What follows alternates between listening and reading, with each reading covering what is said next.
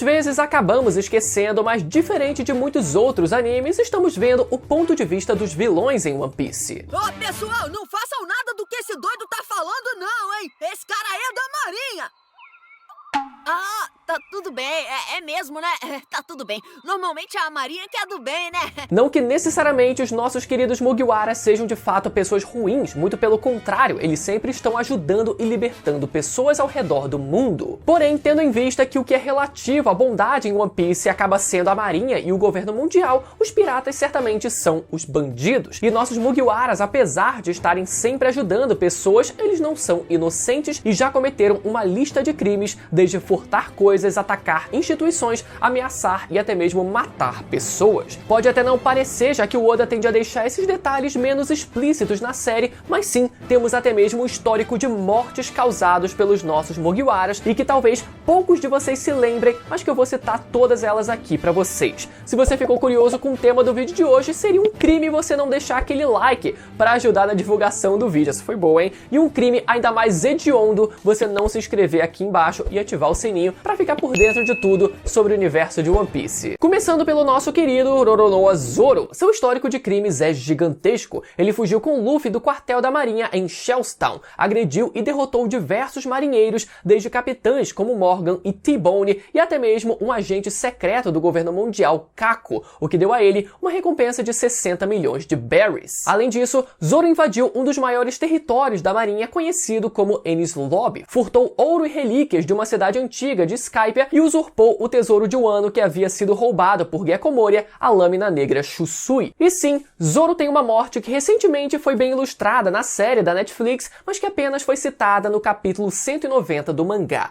Nesse capítulo é dito que Zoro matou o antigo agente da Baroque Works, o Mr. Seven, e numa SBS tivemos um esboço do Oda ali bem singelo de como seria a aparência desse antigo agente. E aproveitando esse material original, a série em live action trouxe o personagem à vida, não por muito tempo, né? E abordou essa morte de forma extremamente brutal, como uma forma de conteúdo original da série, fazendo Zoro partir o agente ao meio. Além disso, no capítulo 909, na introdução do arco de Wano, Zoro é sentenciado a um seppuku, mas ao perceber que o magistrado era quem tinha cometido o crime que o sentenciou, Zoro desfere um ataque mortal que corta o local e o magistrado junto, inclusive uma cena muito épica, né? Sendo posteriormente procurado em Wano como o assassino do magistrado, tendo então 2 mortes confirmadas no seu currículo. O próximo da nossa lista é a Nico Robin. Nossa querida historiadora tem um passado muito conturbado e desde pequena teve que fugir e se aliar aos piratas mais ardilosos que existem. Ao entrar no navio Going Merry, lá no capítulo 218, ela é coagida pelo Usopp a fazer uma entrevista pelos Chapéus de Palha antes que fosse aceita pelo bando, onde ela diz que sua principal especialidade é o assassinato. Seus crimes vão desde espionagem a ser o braço direito de uma organização criminosa que foi a Baroque Works, além de ter ajudado na criação de uma rebelião armada contra o reino de Alabasta e fugir de sua sentença em Enies Lobby. Além disso, Robin tentou assassinar o prefeito de Water 7, Iceberg, tendo disparado um tiro a queima-roupa no prefeito, mas apesar disso, canonicamente ela nunca mostrou nenhum crime que possa ter levado à morte de alguém. O máximo foi ter quebrado todos os ossos da Black Maria durante o arco de Onigashima, mas é impossível constatar que sua inimiga chegou a morrer. Ou ter quebrado a coluna do Spanda em Enies Lobby, mas esse sabemos, né, que vaso ruim não quebra, ou se quebra, pode ser remendado, como foi o caso dele.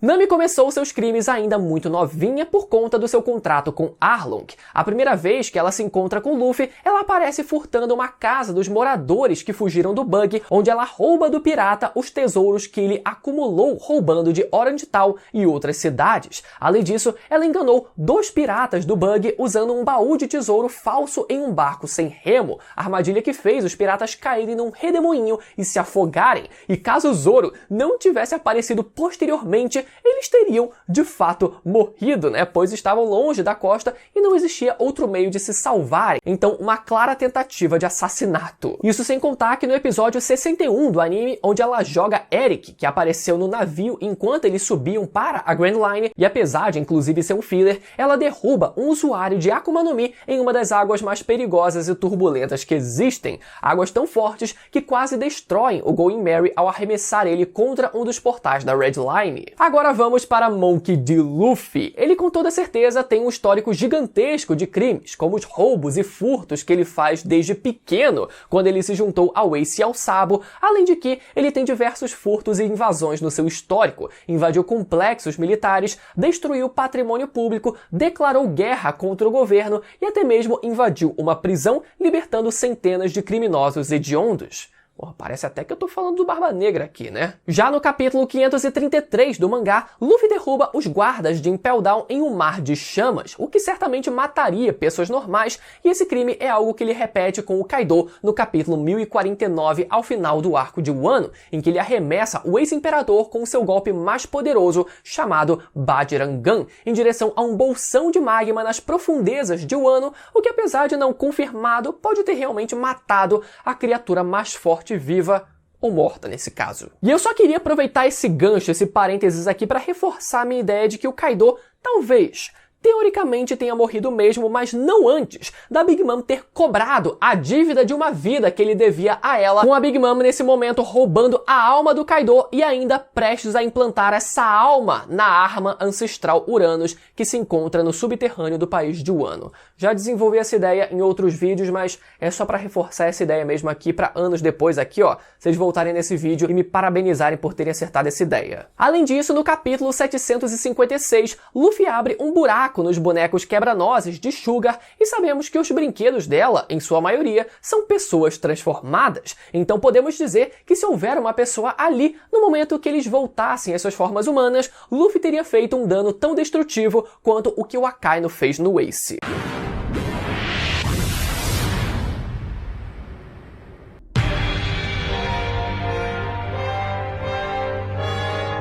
E apesar de não canônico, no sexto filme de One Piece, Barão Omatsuri e a Ilha Secreta, que é considerado inclusive o filme mais sombrio de One Piece, na história do filme, Luffy é separado de todos os seus amigos e ao final do filme ele fica tão furioso que desfere um ataque que lembra o soco dele em São Carlos, no arquipélago de Sabaody, que nesse caso chega realmente a matar o Barão Omatsuri, já que ao final do filme vemos ele lamentando a perda dos seus amigos e morrendo após isso. Então Luffy tem no mínimo 3 mortes no seu currículo. Conclusão, nosso bando cometeu muitos crimes e de fato não são inocentes. Zoro era caçador de piratas e se ele seguiu à risca o termo vivo ou morto descrito nas recompensas, não é difícil de imaginar que ele chegou a matar alguns piratas antes de iniciar a sua jornada com Luffy. Além disso, temos a Robin, que em seu passado sempre esteve com piratas cruéis e nojentos, tendo que sempre os trair para conseguir sobreviver. Por exemplo, quando ela não quis ler o poneglyph contendo as informações sobre a arma ancestral Pluton lá em Alabasta, ela naquele momento trai e tenta assassinar o Crocodile, o apunhalando pelas costas. Mas no final a gente sabe que todos sempre estiveram ajudando pessoas inocentes e de bom coração e lutando contra a opressão nos lugares por onde eles passam, desafiando até mesmo os Tenryubitos, que são a escória da humanidade